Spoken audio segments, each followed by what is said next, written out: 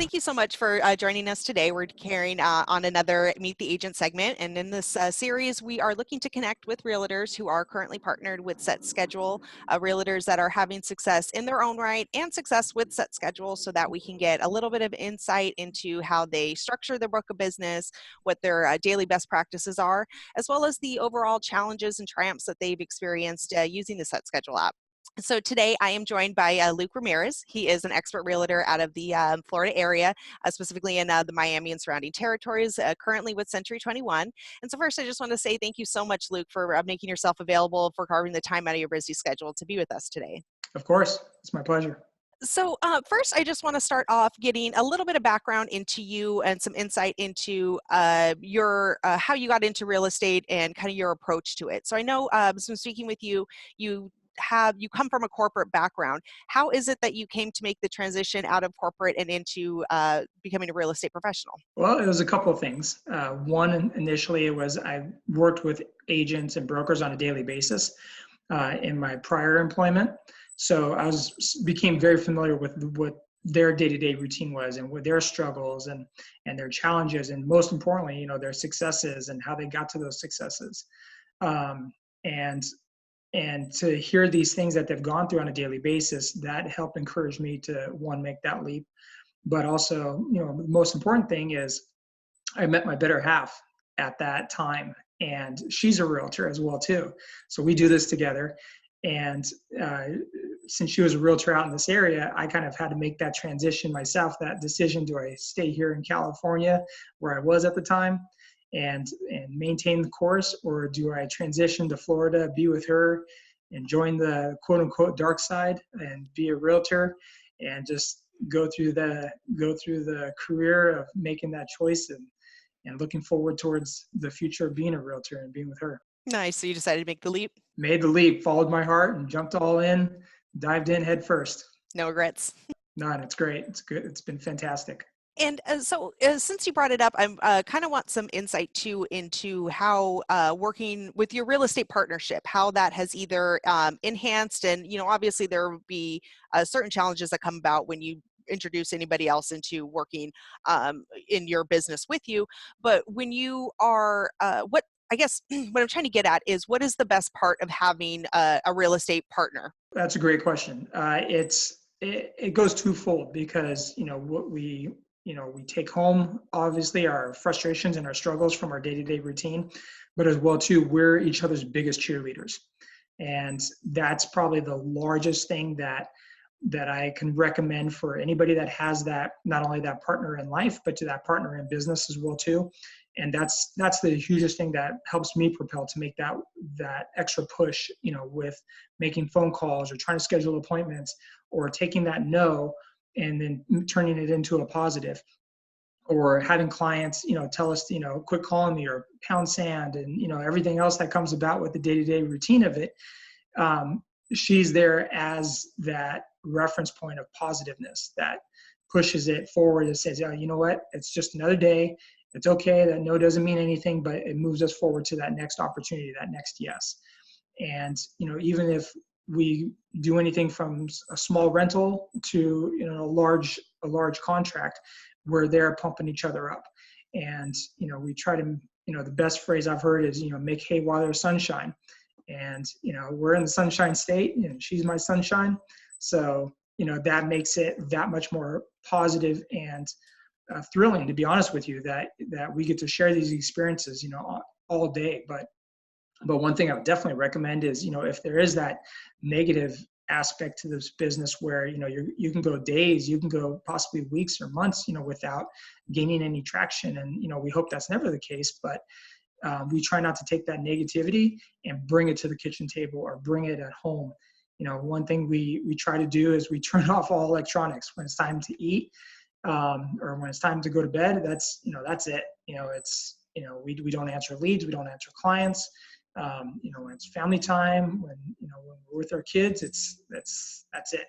And we try to have that hard line separation, because sometimes this business can be overwhelming, and you just all of a sudden get bombarded with phone calls, emails, text messages from agents and clients and everywhere else. So So we try to make sure that there's a balance, above all else. That makes total sense. Yeah, I guess, when you're, especially when you're dealing with your client base, they probably, a lot of them have their own day jobs. So most of what they're doing is going to Hmm. be after hours or on the weekends, so that it's important to protect that time that you have together. And so, can I get some insight into how you structured your book of business? Because I know typically when agents first get into the business, their book of business, the major resource is from their own sphere of influence, so friends and family members. But I know you're also coming into the business with a partner who had already established herself. So, how did you develop your personal book of business? Or I guess, is it personal than or different than the the book of business that she works? Yes. So, like I mentioned, she was a realtor already, and she's developed her clients over the last several years.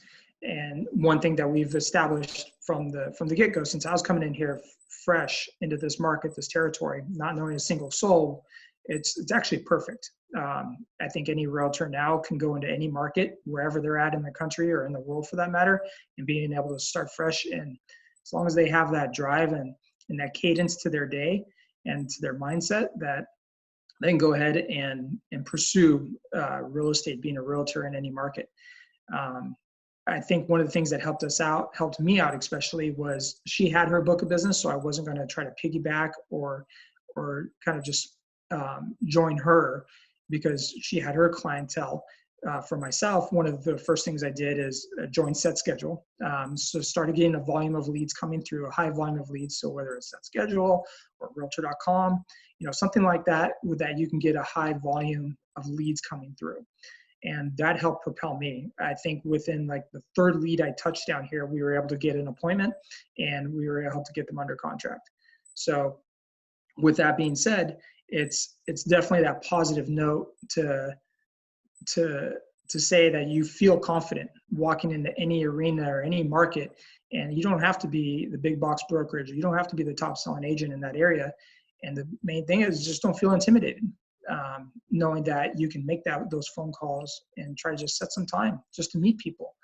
And since then, we've obviously, we've grown, we've flourished even further from day one with boots on the ground. It's just you have to take that leap. And these online leads like this are great, because that helps you take that leap. And there's folks that they may not be buying now, but as business gets bigger and better and you start sharpening your trade, they're going to keep coming back to you. They're going to want to keep talking to you. They're going to refer their friends and family, anywhere from rentals to investors we've even had with you guys. So it's been good. It's been very good. Good. I'm so glad to hear that. And I definitely want to come back to that about your experience with the specific leads and the time it takes to nurture them. But first, I'm curious because you mentioned that you totally upended your life and moved across country and started your real estate career in an area you're not specifically familiar with. I work with a lot of agents who they are reluctant to try to get clients outside of their specific area, or if they're going to call Hmm. somebody who's not in a county that they're familiar with, they want to do a bunch of research before they even feel prepared enough to make that call. But so can you talk a bit more about that confidence that you need, or how you were able to establish it where you could feel like you were fully servicing your clients, not doing them any disservice, yet still familiarizing yourself with the specific area that they were buying or selling in? I would say what helped me out was being somewhat candid and transparent with them, and having that conversation of saying, when they start referencing certain areas, or when I ask them, say, oh, what areas do you prefer to be in? And they start naming areas where I'm just not familiar with at all. Um, I would say, hey, I'm new to this area, and I still want to help you out the best way possible. Where is this exactly? What zip code is this? And the good thing is that we're in an information age, a technology age, that while you're on the phone with them, you can quickly, just on your laptop or wherever you're at, type into Google, what zip code is this, or where they're referencing, this area. You can type that in and they'll pull up a map. And most times, if you're pretty quick about it, you can kind of zone in and say, oh, is it by this, and give them like a landmark. And part of it is that where they inquire on, what helps me out when I've talked to them is I quickly popped in their zip code of where they're at or that address and pull it up on a map. And if you see there's a Trader Joe's or there's a Whole Foods or a gas station or some landmark that's near around where they're looking at, say, oh, that's down the street from this. And it gives you somewhat of that credibility right away to say, oh yeah, you're somewhat familiar with the area. And when you come back and you tell them, say, well, I'm still new to the area. What other areas are you looking into? And then they'll be, oh, okay. Then they'll be more specific. And then they also take that sense of being standoffish a little bit, because everyone wants to help out the new guy or the new girl. And they're like, oh, of course, no problem. And they drop their guard a little bit, and allows you to engage with more questions, and it allows you to kind of move along further in the process and find out their true meanings for why they're looking to buy or why they're looking to sell. And it opens up the conversation a little bit more too, to build that rapport, that trust, credibility, and rapport with them. So that, I would say, somewhat for me, that's worked out for me. And it may not work out for everybody, but part of it is giving yourself that credibility with maybe doing a little quick research as you're making that phone call, dropping it into Google or something, Yahoo, Bing, or wherever you're searching. And then as well too, just being a little bit of saying, hey, you know what, I'm still new to the area. Where else are you looking to go? And, open up the conversation a little bit, because then it tells them too, if they're new to the area, they'll start telling you, say, oh, then where are you moving from? And then it opens up the questions even more. I say, oh, I'm just investing. And that worked with me with one of the investors. I say, hey, I'm up here in Broward County. I'm not familiar with the Miami area. Where areas are you looking for? And then they're like, oh, we're from Iowa. And so we just visit. So it was just like, oh, okay. Then that conversation piece, went off, and, to build that more trust. And now fast forward 5 months, they call me about everywhere. And we're now talking in areas that are, 2, 3, 4 hours north of where we're at about buying and investing. So that part was good. I think that helped me out very much so in the beginning. I hope that answered the question. Oh yeah, it definitely did. So it's about being candid, and even if you don't have the specific information that they're looking for, making it known to them that you're willing to get it and that you're upfront, so that at least they can trust you. Because I think that's some of the concern that some of the realtors that I have is that they're if they go outside of the area that they are familiar with, that the prospect is going to not be confident with their ability to get them a great deal. Absolutely, it could definitely be like that. I think would help out anybody else, and no matter what field you're in or whatever it is that you're doing, if you have that sense of confidence in yourself first. Because that will stand out more than anything else. And even though you may not know the answers, but if you're letting them know, say, I'm going to get you those answers, and you're coming back to them, and even if you call them back, say, hey, I don't know exactly where that's at right now. Can I call you back in about a minute or two? And, I think a lot of realtors may be afraid of that approach just because they have them on the phone. It's like a kid with a new toy, like, oh my gosh, I got this toy. I finally got it, that I really wanted it. And they're afraid to let it go. And they almost kind of burn themselves and burn, their credibility. And if you turn around and say, hey, I'm not familiar with this area, and it's just worked with me. And like I said, it may not work with everybody, but that's the approach that I've had. And to have that confidence up front to tell them that, and to, do a quick little research as I'm talking to them. And that's, that allows you to give that confidence too, because now you have that knowledge to help back up a little bit, and it helps them familiar to say, oh yeah, there is a Trader Joe's down the street, or the beach is in 5 minutes walking distance, from here. So have confidence. I guess I don't want to say where does that confidence come from, but that's kind of the question. So I know, like you mentioned before earlier, that part of the business is to get no's and to get rejections. And, obviously it's sales. So there's going to be times when everything just as stars are aligning and everything's rolling. And then you're going to have days where you're going to have your days, weeks, months, maybe, where you're just feel like you're kind of spinning your wheels. So how do you keep that perspective? Because again, being new to the business, you haven't had years of experience to see that to observe yourself the natural ebb and flow, although I guess you have had some experience working with realtors before. But I'm just trying to see where you keep that positivity from. Like, where is it? How do you not let no's just deplete your resource to keep going on? At the end of the day, no matter what we do, it's a people business. And, whether you're doing cars or you're just selling cell phones or, no matter what it is, um, you have to remember you're developing a relationship with them. And I mean, for anybody that's, with their significant other now, I mean, was it love at first sight, or did you get a couple of no's from that person before you actually got them on that first date? Or did they kind of shy you off or push you off to the side, and you were a little bit more, I guess, chasing it. And, that thrill, I don't want to say thrill of the hunt, but, some people do get that thrill or that excitement to take that no and then eventually try to turn it into a yes, whether it's with that one person or it's the next person. And it's, one of the great analogies that I drive from is because I love sports. And you hear of people, great basketball players like Michael Jordan, or you hear of great baseball players like Alex Rodriguez and things like that. They've missed more shots than they've made, or they've swung the bat and they've struck out more times than they've hit a home run. And with that, you just have to have that understanding with yourself that you're not going to more than likely get that appointment on the first call. You're not going to get them to sign the contract on your first appointment. And granted, that's helped out because my prior employment, I had phenomenal managers that coached and trained and that gave us that understanding of saying, hey, it's okay. That's why we get up and we make that next phone call. And having that support. And I think most importantly, where confidence comes from, for me, is that knowing, what my why is. It's for our kids, and then two, you have that cheerleader behind you say, it's all right. We're going to make that next call, or it's okay. That person said no, but believe it or not, we do have an appointment this afternoon, and that person has the opportunity to sign a contract.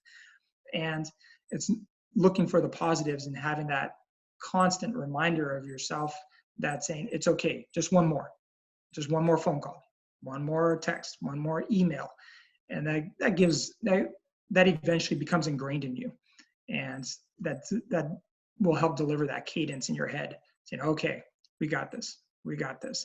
And yeah, it can be discouraging because, sure enough, like, people that have looked for their significant other, they've been probably rejected more times than not. And until they found that one that they really, really meshed well with, or that is their one now. So I would say just keep trying. That's all it is. Just one more. And so picking up from what you were saying about it's not often the first call or the first interaction that you get the positive reception from. So can you give us a feel for your cadence? So let's say, for example, you grab an internet lead, you call them, and they either don't answer or they can't talk right now.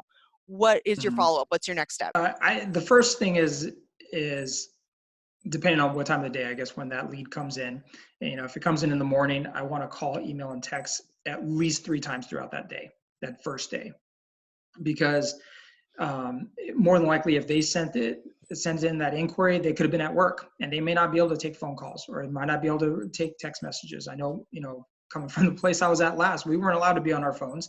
So just because they were online on their computer and said, hey, I'm interested in this property, doesn't mean you have the opportunity to engage with them right away. And at lunch, you try to reach them again and they don't respond. And then in the evening might be the best time to get a hold of them on the phone. More than likely is that one thing we have to understand too is that since, it's the internet, and internet is basically pulls in so much information, they might not be looking on just that site. They may be looking on other websites too for information. So their phone or their email is just getting blown up, possibly by other realtors. So one of the advantages you have with that initial follow-up, if you have that understanding or that mindset that they're probably not returning anybody's phone call right now, or they're probably just shutting off to the world because their phones are being blown up right now. If you have that gentle follow-up along the process, let's say during the week, I like to touch possibly 7 times during the first week, 7 to 10 times. And that could be just because of my prior experience, being on the phones is, I've called realtors multiple times throughout the day and they tell me, I'm busy, I'm in an appointment, or they just don't even answer their phone, or they send me to voicemail. So I'm somewhat used to that. But if you have more of a gentle approach to it and try to pleasantly follow up, And the video messaging nowadays is such a strong piece that I found out. I mean, there was one appointment that I got from you guys. The lady didn't even want to talk to me at first because, she somewhat didn't even realize that she scheduled an appointment. But I sent a video chat. I said, hey, by the way, this is a real person on the other line. I apologize for bothering you. And if you're getting, bombarded with other realtors, but if you have any questions, please don't hesitate to reach back out and let me know. And sure enough, she responded 2-3 days later and asking questions. And so now it's a follow-up that we have. But beforehand, she was completely shut off. She didn't want to talk.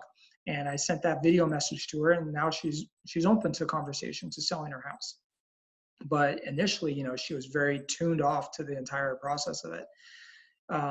So my process, my cadence would be in the first week, 7 to 10 touches. And that can be email, phone call, text, video. And that's just, and some people say, well, now you're bugging them, or you're being too intrusive to the whole process of things. I mean, if you were really bothering them, they would tell you. I mean, most people nowadays, they're very upfront because they're getting telemarketing phone calls from, donating to this cause, or, your electric bill's due, or, why don't you sign up for this new thing that we have going on?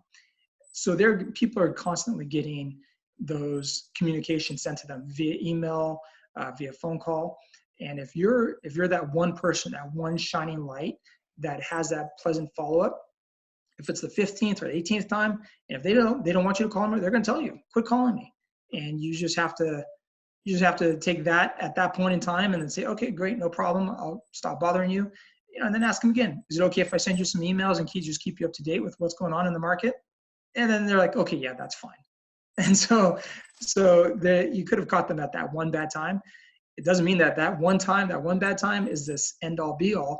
Tomorrow might be a better day. They might win the lottery, or, they might feel better because they had a good night's sleep, or whatever the case is.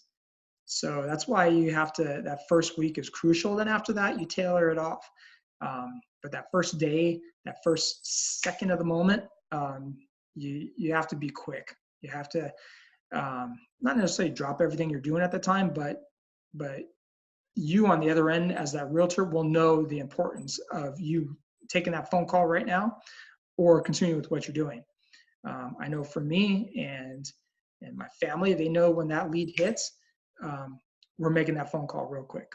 And then, then you have your own guidelines, your own parameters as far as when you take those leads or when you want to make those phone calls. And same thing goes with your clients. If you get a lead at 10 o'clock at night, are you going to really make that phone call? And I've been called out on that. My better half, she's told me, she's like, you're not really going to call them tonight at 10. Well, how about just a text message? So, well, how about not? We're cutting it off for tonight. And so, we wait until the following morning. And with that, utilize technology, have things in place to follow up for you when you don't have that opportunity to make those phone calls or those text messages. So it's important not only for you, and if you have a business partner, to be on top of it with them when they come through, but additionally to that is have technology work for you when you can't physically, personally be working, or you're busy doing other work. So you have to have it all encompassed to help a good ecosystem. Well, and I think that's really important, what you were just touching on. So from your standpoint, how important would you say it is to have a CRM, like a customer relation management tool or something like that, that helps you keep all of that organized? It's very important, very, very important. Like I mentioned beforehand, talking with realtors and talking with brokers, team leaders, you'll be surprised some of the more traditional methods or the antiquated methods of spreadsheets, of using Outlook, or things like that, where it may have worked at one point in time, and we're not discounting that, but because of the CRM industry as a whole, has made leaps and bounds in the last year, let alone 5 years ago when 5-6 years ago when I was first getting into it. It's very important that you have a CRM system, even if it's something extremely basic just for yourself that does just automated responses for you. Because at that point in time, you're going to see the benefit. You're going to see the compounding effect of it. as you add more leads into the system, as you add more follow-up commands within there. And it's something that it's supposed to evolve, that you're supposed to start, and you're going to learn it at the very basic primitive level. Then you're going to be able to add more stuff, add reminders, add anniversary dates, add birthdays and holidays, and some, send out postcards, and, some come with a follow-up system in it that you can plan out for an entire year, like Top Producer or Follow-Up Boss and things like that, that have those things built into it that you can actually build upon. So I would highly recommend for anybody to add a CRM system into their day-to-day routine, because it's important. It's very, very important. And then, so moving sort of more into your experience specifically with Set Schedule, can you talk to us about some of the challenges? I know you had, mentioned before that you've had a couple of, or you at least had one where it very quickly, kind of ramped up into a successful listing. But can you tell us about some of the challenges you've had encountered using the system, and also how you overcame those challenges? Yes. So Set Schedule, or even just internet leads as a whole, not everyone's going to be a home run, even though that's the mindset that we have. And, that may be what we hear. And when we're talking to the representative, that every lead is going to be a home run, or it's this phenomenal system that we've struck the lottery. And it's any system you have, Set Schedule or realtor.com leads or anything like that. It's only as good as you work it. It's only as good as you make it out to be. So I would highly encourage, having that understanding that that not every lead is going to be signing a contract. Not every lead is going to pick up the phone. Not every lead is going to understand or know why you're calling them. And as long as you have that, and you can help them, coach them through the process of saying, at some point in time, you did inquire, and just wondering what you liked about this property, or why were you looking to buy, or why were you looking to sell, and get them to open up more of, whatever point in time in their life that they inquired, is to get them to open up about it. And that's all you're doing, because you're looking just to have that connection, to build that relationship with them. And, when you do that, it doesn't matter if that lead was 1 year old or that lead just inquired 30 seconds ago. You just need to make that connection with them. So part of the challenge is with just leads in general is having that connection, having that first human touch, to have those boots on the ground, to saying, I'm here for you, and I'm just here to help you out. And it's similar to, from if you're looking from a patient to almost a doctor, or a patient to a medical professional, like they let you know that they're here to help you, and, you tell them what's wrong with you. And same thing that we're looking to do. Why are you looking to buy, or why are you looking to sell? Why are you looking to move? Or what created this stir at that point in time to saying, here's my information, somebody contact me. And we just have to ask questions and dig deep and find out what's that turning point for them to open up more and more. And not every lead's going to open up. And, if you get put on the blocked call or do not call list, then so you do, and you just move on to the next one. You mentioned too that you use a variety of different methods to reach out to your prospects. Have you found with internet leads that there is one method of communication that's preferred by prospects more than others? Text messaging is always great. I think nowadays folks they're used to text messaging. So even though text as a whole somewhat seems impersonal, and it's an easy way as a realtor to get out of conversation, because it's that approach where, I don't have to talk to them right now, I'll just send a text message. Or even for the person that inquired, it's that approach to say, you can see that message come through, but I don't have to answer this message right now. And it leaves that somewhat unintrusive, yes, I want to contact you type of approach to it. Because a phone call, we see phone calls, and whether we know the number or we don't, something psychological goes in our head that says, I'm not picking up this phone right now. And you send it to voicemail. So as a text message tends to work for the most part nowadays.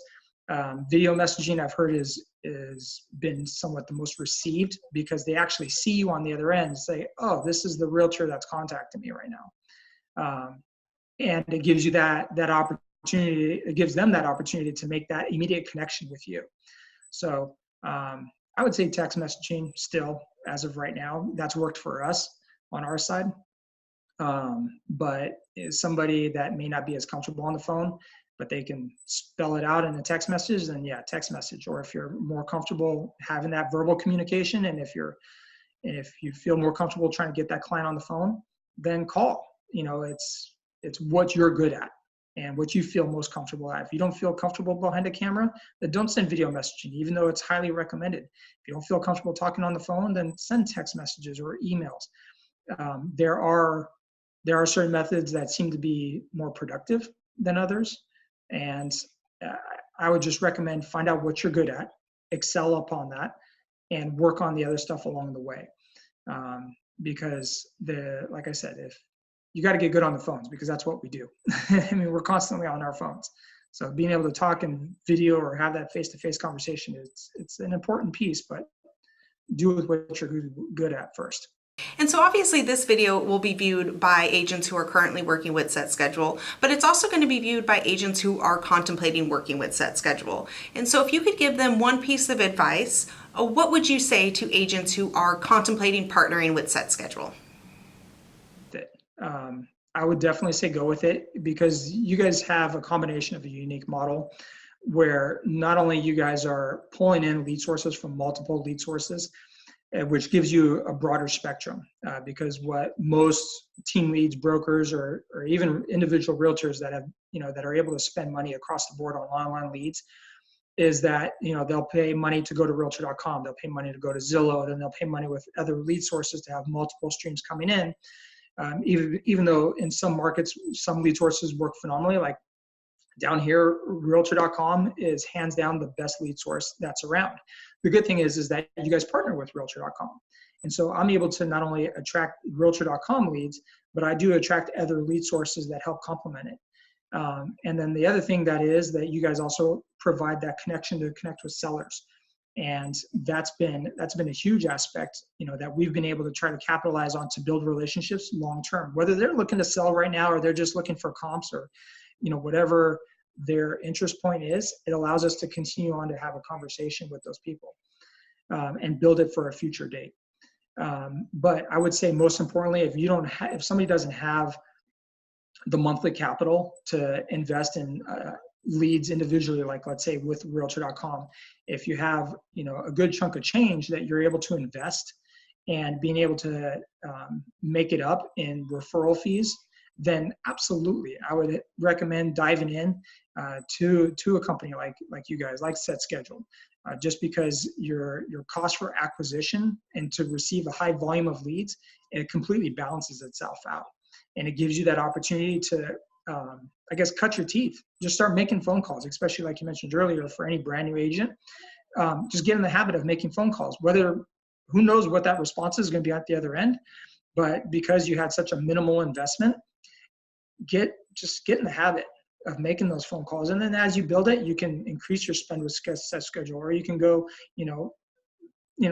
dive into something else that's going to help complement it. But most importantly is I would highly recommend it for any agent that's in an area, because you do get to have the opportunity to scale your business, to scale the amount of lead flow and how much you want to invest from a minimal standpoint. And then as well too, you get a large volume of contacts, I think, like I said earlier. So yeah, jump in. Well, thank you so much again, Luke, for making yourself available to speak with me today. Like I said, I know things can get pretty busy. I'm sure you already passed on a couple leads that might have come through on your phone while we were talking. Possibly. I glanced down a couple times there. Yeah, but thank you for taking the time out of your day to talk with us and to film this with us, because I think this is going to be a really great resource for agents who are thinking about working with Set Schedule and contemplating going into internet lead generation. So thank you again.